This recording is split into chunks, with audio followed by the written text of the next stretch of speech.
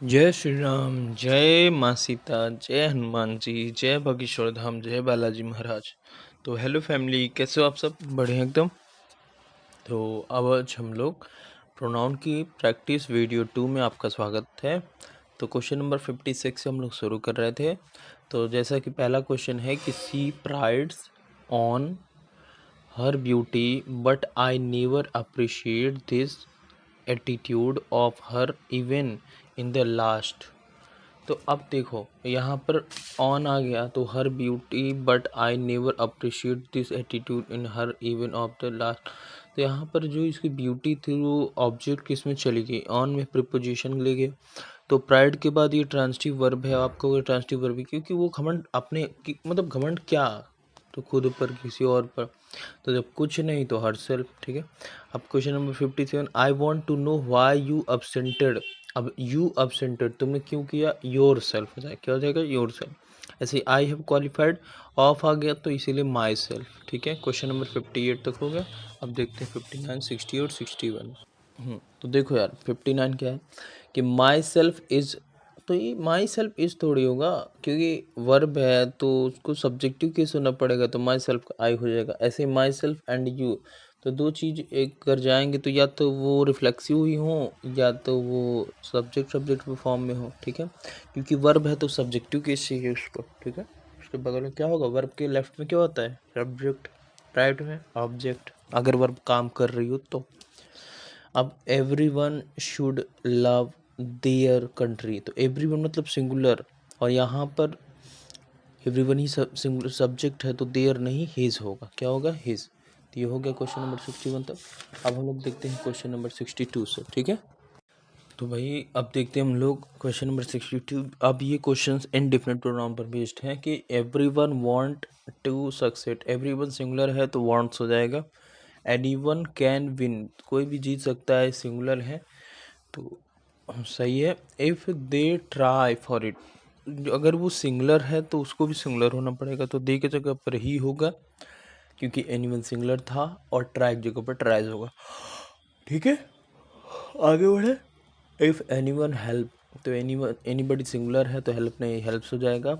अब question number हम लोग देखते हैं 64, मैंने बता दिया 64, 65, 66। तो भाई क्वेश्चन नंबर 64 तो हो ही गया था, हेल्प्स होगा। 65 क्या है, एवरीवन शुड लव देमसेल्फ, नहीं होगा हिमसेल्फ क्योंकि सिंगुलर है। उसके बाद 66 क्या है कि समथिंग आर, समथिंग सिंगुलर है तो आर नहीं इज होगा, ठीक है।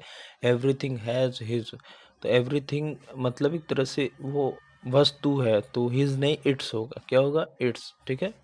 आगे चलिए क्वेश्चन नंबर 67 पर। तो भाई क्वेश्चन नंबर 67 देखते हैं हम लोग। Everything has its own beauty, ये एकदम सही है। एवरीथिंग शुड, तो everything should be kept in there, there नहीं होगा इट्स होगा क्योंकि दे का देयर होता है, इट का इट्स होता है और ये एवरीथिंग सब्जेक्ट नहीं एक वस्तु है, मतलब कोई थिंग है। इफ़ वन वर्क्स, वर्क नहीं वर्क्स होगा, क्या होगा, वर्क्स, ठीक है क्योंकि वन सिंगुलर नाउन है।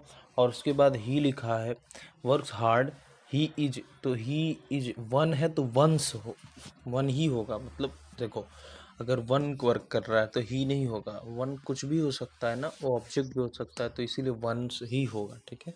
अगर यहाँ कहीं पर मान लो प्रोनाउन आता तो अगर हीज हो जाता वन की जगह पर तो वहाँ हम वंस कर देते, क्या कर देते, वंस। क्वेश्चन नंबर 70 देखते हैं हम लोग। तो भाई क्वेश्चन नंबर 70 क्या कहता है कि one should love himself. One should मतलब एक आदमी जरूर खुद को प्यार करना चाहिए, मतलब खुद को प्यार जरूर करना चाहिए। तो यहाँ पर हिमसेल्फ नहीं वन सेल्फ, क्या हो जाएगा, वन सेल्फ, क्योंकि वन है, हिमसेल्फ तो पता होना चाहिए, तो ही का रिफ्लेक्सिव हिमसेल्फ होता है लेकिन वन का रिफ्लेक्सिव वन सेल्फ हो जाएगा, ठीक है। क्वेश्चन नंबर 71 देखते हैं अब हम लोग। तो भाई क्वेश्चन नंबर 71 में, now it has finally dawned upon her that one should never compromises with his नहीं होगा, वंस होगा। अभी मैंने यही बात आप लोग से डिस्कस भी की थी। चलो देखते हैं क्वेश्चन नंबर 72। तो भाई क्वेश्चन नंबर 73 देखते हैं, सॉरी 72 कि everything was in their, everything था तो इट मतलब नॉन लिविंग, नॉन लिविंग का इट्स हो जाएगा तो देयर की जगह पर क्या आ जाएगा, इट्स। क्वेश्चन नंबर 73 को देखते हैं। This is the girl who, तो देखो आई शैल मैरी, तो गर्ल के बाद जो है वो गर्ल काम नहीं कर रही है तो जब गर्ल काम नहीं करेगी तो हम लोगों ने पढ़ा था कि जो ऑब्जेक्ट मतलब जो भी होता है उसके बाद अगर हु या हुम लगा है तो हु लगाना है हुम, तो उसमें हम लोग डिसाइड करेंगे कि जो आपका सब्जेक्टिव केस है, गर्ल है यहाँ पर सब्जेक्टिव केस, जो कि दिस इज द गर्ल में द गर्ल क्या है subjective case, verb one subject one ये सब्जेक्टिव केस है, क्योंकि हमको पता है कि जब वर्ब मेन वर्ब हो जाती है तो उसके बाद क्या आता है सब्जेक्टिव केस। ठीक है, तो अब यही काम नहीं कर रही है तो हूम हो जाएगा, तो हु की जगह पे क्या आ जाएगा भैया हूम। इस बात को याद रखना, ठीक है। इसमें जो लिखा है वो भी चाहे समझ लो, लेकिन जो मैंने बोला वो भी सही है। कि जैसे इसका फाइनल आंसर होगा this is the girl whom I shall marry. क्या है, this is the girl whom I shall marry. ठीक है, तो question number 74, I have daughter who. अब डॉटर तो काम नहीं कर रही तो whom हो जाएगा। Question number 75, the doctor met the boys whom he believed were patients। तो यहाँ पर ध्यान से सोचो, तो द बॉयज बिलीव्ड नहीं, वर पेशेंट नहीं, वो डॉक्टर, तो बॉयज काम नहीं तो whom नहीं, बॉयज ही काम कर रहे हैं, तो the doctor met the boy, doctor उन वो लड़कों से मिले whom जो ही बिलीव्ड वर पेशेंट्स, जो कि पेशेंट्स पर बिलीव करते थे। तो यहाँ पर वो बॉयज बिलीव कर रहे थे ना उनके पेशेंट्स पर। ठीक है, तो यहाँ पर इसका मतलब द बॉयज ही वर्क कर रहे हैं तो हुम नहीं हु हो जाएगा। क्या हो जाएगा हु, याद रहेगा। ठीक है, नहीं समझ में आया? फिर सुनो, the doctor met the two boys, एक minute, the doctor met the two boys, doctor दो लड़कों से मिले whom ही बिलीव्ड, जिससे वह बिलीव करता था, वह बिलीव करते थे उन पेशेंट्स पर, जिससे वह बिलीव करते थे उन पेशेंट्स पर, मतलब वह बिलीव करते थे। कौन बिलीव करता था? वो लड़के, उन्हीं से मिले थे डॉक्टर, तो लड़के ही काम कर रहे हैं तो whom की जगह क्या हो जाएगा हु, याद रहेगा। चलो क्वेश्चन नंबर 76 पर चलते हैं। तो भाई क्वेश्चन नंबर 76 क्या है कि अगर कभी बी के साथ बी मतलब is am are was were be being कुछ भी वर्ड थर्ड हो तो एक सिंगल वर्ब होगा। ठीक है, याद रखना। क्वेश्चन नंबर 76 देखो कि the girls whom we have, तो गर्ल्स नहीं, whom कहाँ से होगा, whom तो होगा, whom we have, the girls whom we have selected in, तो गर्ल्स काम नहीं कर रही है ना, गर्ल्स काम नहीं कर रहे, हम लोग कर रहे हैं तो whom सही है। सेलेक्टेड इन और टीम, हमने उनको अपनी टीम में सेलेक्ट किया, ऑब्जेक्ट हो गया।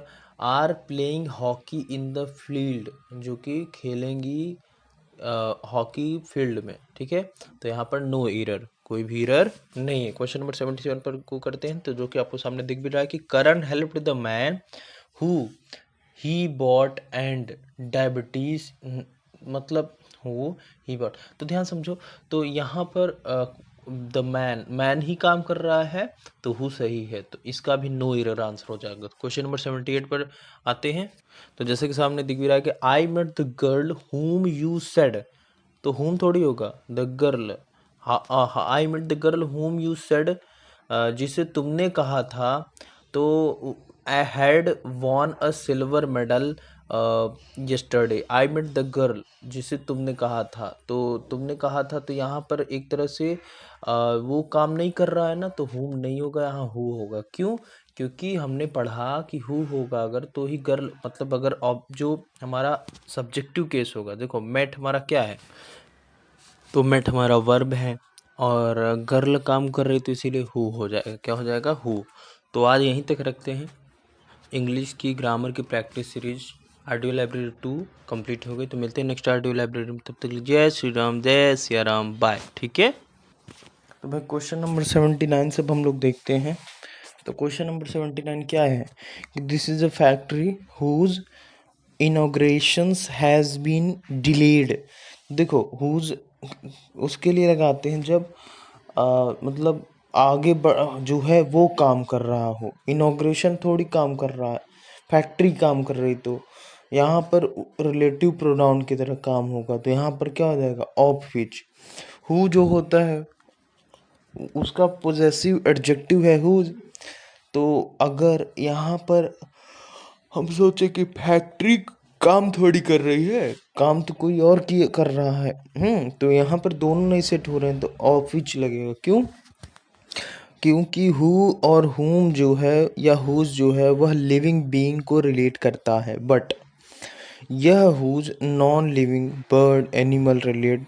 तो हमें पता चलता है कि नॉन लिविंग के साथ विच सब्जेक्ट या ऑब्जेक्ट का यूज करते हैं। तो याद रखना, नॉन लिविंग जब इनॉग्रेट, नॉन लिविंग सही बात है, फैक्ट्री को इनॉग्रेट कर रहे हैं तो इसे इनॉग्रेटेड हैज बीन डिलेड, उसके इनॉग्रेशन को डिले किया जाए। तो यहाँ पर जब नॉन लिविंग थिंग्स हो जाती है तो ऑफ विच का यूज करते हैं। याद रखना इस बात को। तो हुज की जगह पर क्या लग जाएगा, ऑफ विच। ठीक है, चलते हैं क्वेश्चन नंबर 80 पर।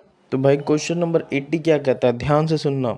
This is the factory whose inauguration has been delayed, हो गया था। क्वेश्चन नंबर 80 में the table whose legs are broken is mine, वो टेबल जिसका पैर तोड़ दिए हो वो मेरी है। माइन का मतलब माई टेबल। ठीक है, तो यहाँ पर फिर से वही हुज है और टेबल का लेग टूटा है, मतलब यहाँ पर टेबल पर काम हुआ है।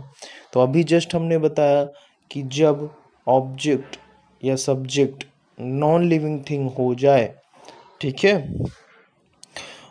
तो वहाँ पर हम कहेंगे कि ना तो हु लगेगा ना तो हुज लगेगा, वहाँ पर लग जाएगा ऑफ विच।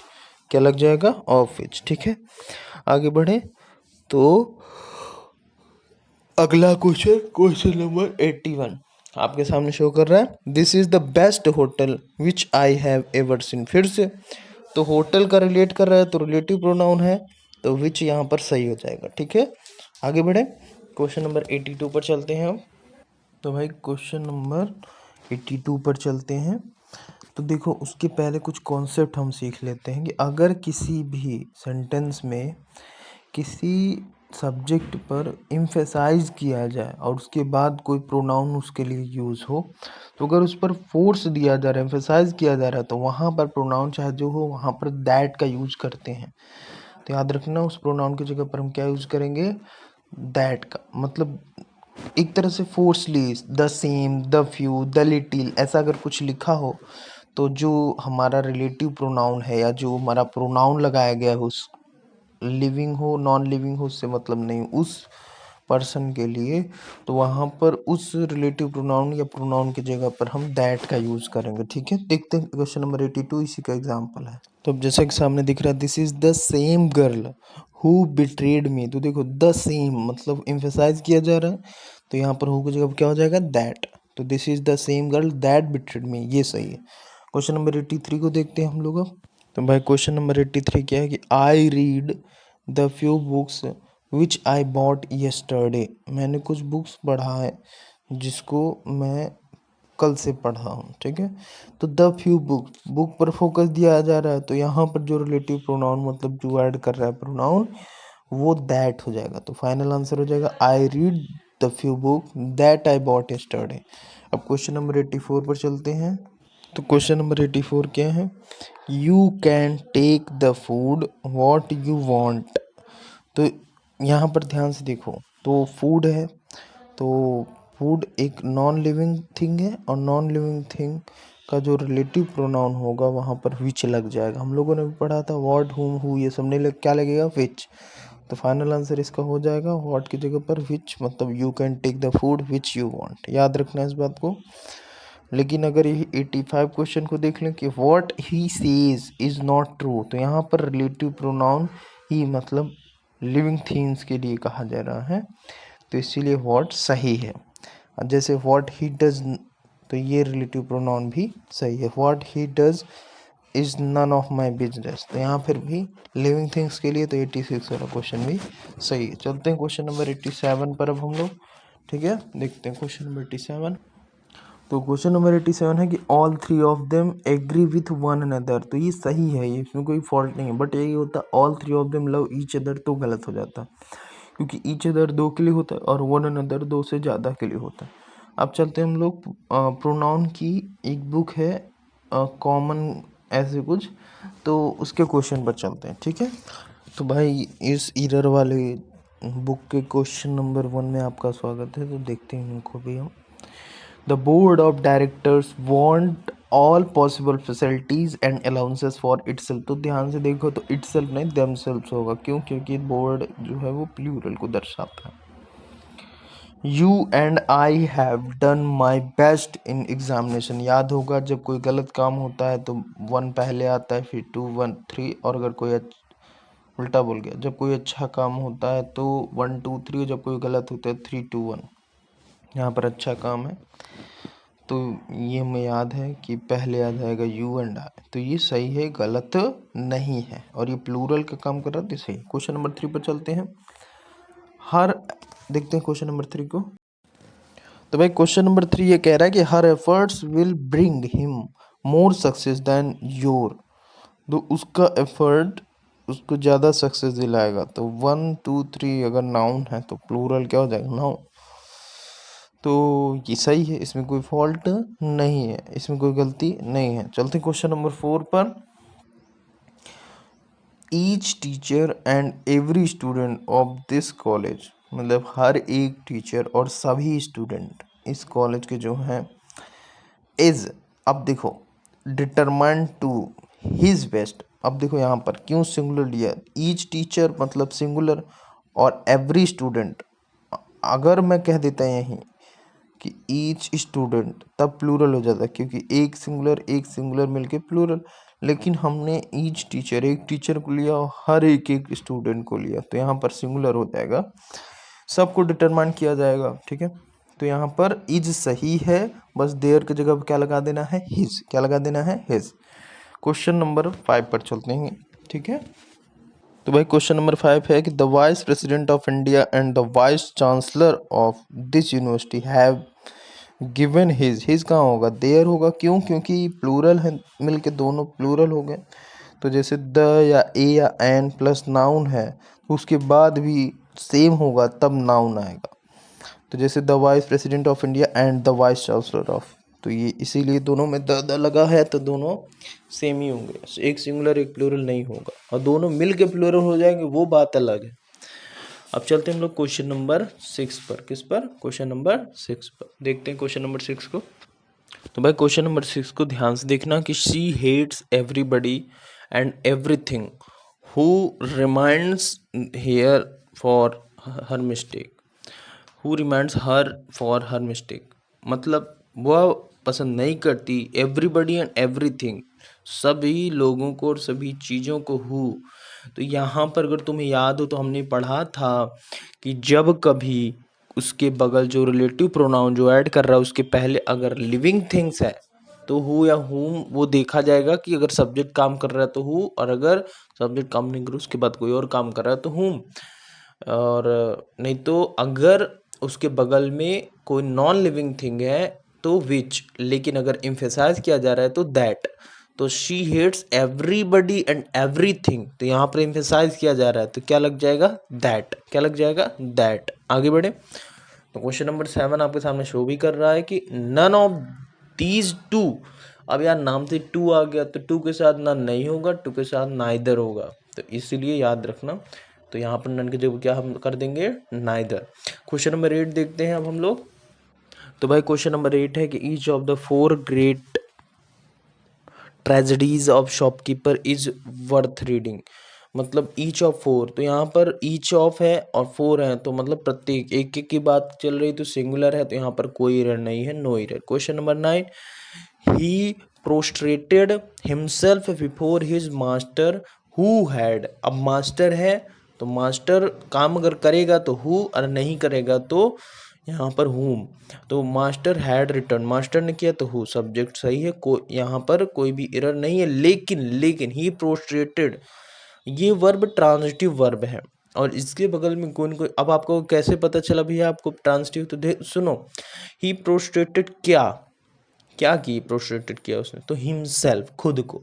तो इसीलिए यहाँ पर रिफ्लेक्सिव प्रोनाउन हम यूज कर देंगे, क्योंकि ट्रांजिटिव वर्ब के बाद कोई ऑब्जेक्ट 100% होता है, इंट्रांजिटिव में नहीं होता। चलो क्वेश्चन नंबर 10 देखते हैं। तो हमारा क्या है क्वेश्चन नंबर 10? क्वेश्चन नंबर 11 में आपका स्वागत है। तो देखते हैं हम लोग क्वेश्चन नंबर 11 को।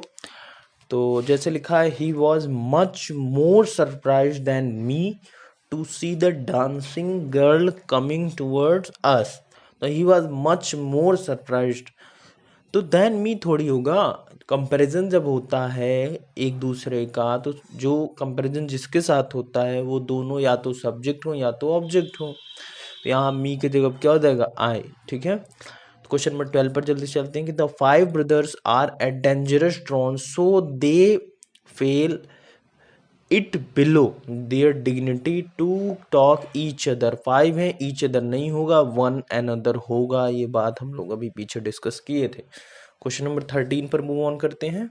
तो भाई क्वेश्चन नंबर 13 क्या कहता है, ध्यान से सुनना। क्वेश्चन नंबर 13 ये है कि one should be true to his name one's. One का अगर आप उसका प्रोनाउन यूज करोगे या उसके प्लेस पर यूज करोगे तो वंस हो जाएगा। क्या हो जाएगा, one's. Question number 14, if someone has finished the work he may go home. तो समवन के साथ सिंगुलर है तो ही के साथ भी सिंगुलर है, कोई दिक्कत नहीं। क्वेश्चन नंबर 14 सही है, no error. Question number 15, the criminal which was. तो विच नहीं होगा यहाँ पर, क्रिमिनल कोई न कोई लिविंग थिंग है, ये एक सब्जेक्ट का काम कर रहा है, तो विच की जगह पर हुआ है क्योंकि वही आगे जाके काम भी कर रहा है। तो क्वेश्चन नंबर 15 में क्या एरर था, विच की जगह पर हु। आगे बढ़े तो क्वेश्चन नंबर 16 पर मूव ऑन करते हैं। क्वेश्चन नंबर 16 पर हम मूव ऑन किए हैं, किस पर, क्वेश्चन नंबर 16 पर। तो भाई क्वेश्चन नंबर 16 ये कहता है कि एवरीबडी हु वॉज वर्किंग, सभी लोग जो काम कर रहे हैं, तो सब सिंगुलर की बात चल रही, तो देयर जहाँ लिखा है वहाँ हिज हो जाएगा। ठीक है, आगे चलते क्वेश्चन नंबर 17 पर। ठीक है, तो क्वेश्चन नंबर 17 हमारा ये कहता है कि the officer as well as the administrator या असिस्टेंट्स अपस्टैंड देमसेल्फ। ना भैया, यहाँ पर एक एक की बात चल रही है कि ऑफिसर और उसके साथ में असिस्टेंट दोनों एज वेल एज मतलब अलग अलग अपसेंट हुए हैं अपने अपने ऑफिस से। तो एक एक की बात चल रही तो हिमसेल्फ हो जाएगा, देमसेल्फ नहीं होगा। दोनों की अलग ऑफिस थोड़ी है, एक ही ऑफिस की बात चल रही है और दोनों की सेपरेटली बात चल रही तो यहाँ पर देमसेल्फ जो होगा और हिमसेल्फ हो जाएगा। ठीक है, अगर कहीं नाउन हो एज वेल एज हो और नाउन के बाद ऑब्जेक्ट हो तो वर्ब क्या होगी, जैसा कि नाउन होगा। अगर वो सिंगुलर है तो सिंगुलर हो जाएगा, अगर प्लूरल है तो प्लूरल हो जाएगा। ठीक है, अब अगर चलें कि as a student, question number आपका 18 क्या है। तो भाई क्वेश्चन नंबर 18 क्या कह रहा है, ध्यान से देखो। As a students of science you are far better than him. ना, बेटर देन हिम नहीं, क्योंकि यू का कंपैरिजन हो रहा है तो हिम नहीं ही होगा। क्वेश्चन नंबर 19 पर मूव ऑन करते हैं। ही इंट्रोड्यूस्ड, क्या इंट्रोड्यूस, हिमसेल्फ। जरूर लगाना है अगर कोई ट्रांजिटिव वर्ब दिखी, बाकी सब सही इसमें। क्वेश्चन नंबर 20 पर मूव ऑन करते हैं, लेकिन उससे पहले कुछ लिखा हो। शुरू सब्जेक्ट के पास वर्ब ना हो तो हम लास्ट से वापस आएंगी और जो पहले वर्ब मिलेगा वही वर्ब होगा। तो जैसे क्वेश्चन नंबर 20 को देखते हैं। तो क्वेश्चन नंबर 20 क्या है कि the players whom we have selected for our team are young and ambitious. तो हमने जो प्लेयर को सेलेक्ट किया है तो यहाँ पर whom होगा, क्यों, क्योंकि सिलेक्शन कोई और कर रहा है, प्लेयर नहीं कर रहा है। whom सही है, वी हैव भी सही है और आर भी सही, क्योंकि प्लेयर्स को सेलेक्ट किया जा रहा है। तो यहाँ कोई भी मिस्टेक नहीं है, तो ये नो एरर है। क्वेश्चन नंबर 21 पर move on. The guests whom we are, तो यहाँ पर whom we are talking about have come are my brother in law। तो गेस्ट कम हो रहे हैं, तो ये मत सोचना कि भैया यहाँ पर वी आर टॉकिंग अबाउट, उनके बारे में हम बात जरूर कर रहे हैं, लेकिन गेस्ट हैव कम, गेस्ट ही आ रहे हैं, तो इसलिए whom नहीं who होगा। क्या होगा, who। क्वेश्चन नंबर 22 पर मूव ऑन करते हैं। तो भाई question number 22, the guest whom we are talking के बाद who हो जाएगा। क्वेश्चन नंबर 22 के बाद 23, there is none who can help you in this crucial moment of your career. None तो काम करेगा नहीं, नन कैन हेल्प, नन तो है नहीं, तो यहाँ पर कोई स्पेसिफिक चीज़ है और कोई लिविंग थिंग्स नहीं है।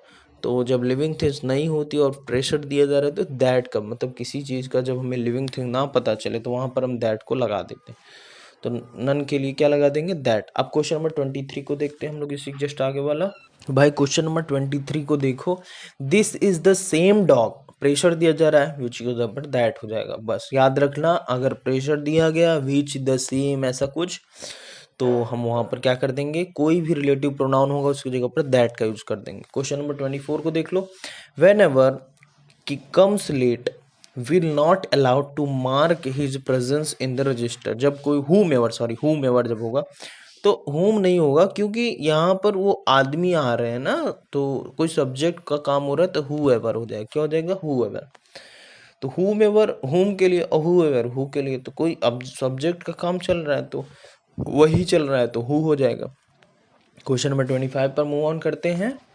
भाई क्वेश्चन नंबर 25 सामने दिख रहा है कि the only book which you carry. अब देखो बुक को तुम कैरी कर रहे हो, ठीक है, लेकिन वो लिविंग थिंग्स नहीं है। हमने पढ़ा था अगर लिविंग थिंग्स नहीं है तो वहाँ पर दैट लगा देंगे, इसलिए यहाँ पर बुक के नॉन लिविंग है तो दैट का हमने यूज कर दिया। सच एज हो या सच दैट हो, इनमें हम दैट का यूज कर लेंगे, ठीक है।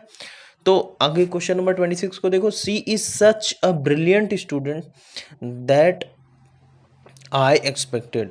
तो स्टूडेंट की जगह पर तो स्टूडेंट लिविंग थिंग्स है तो स्टूडेंट एज आई हो जाएगा। यहाँ स्टूडेंट एंड आई में रिलेशन है तो रिलेटिव प्रोनाउन आपका नो है तो ऐसा एज लिखना पड़ेगा, दैट नहीं होगा क्योंकि कंपैरिजन हो रहा है एज आई, तो दैट आई नहीं एज आई।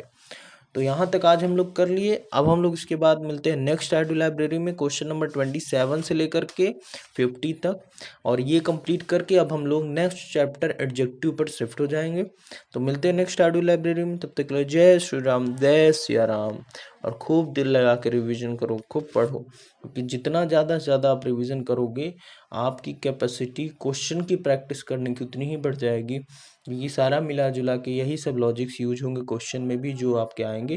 तो ये जो क्वेश्चन आपके सामने शो कर रहे हैं ये मैं अगले वीडियो में आपको डिस्कस कर दूंगा।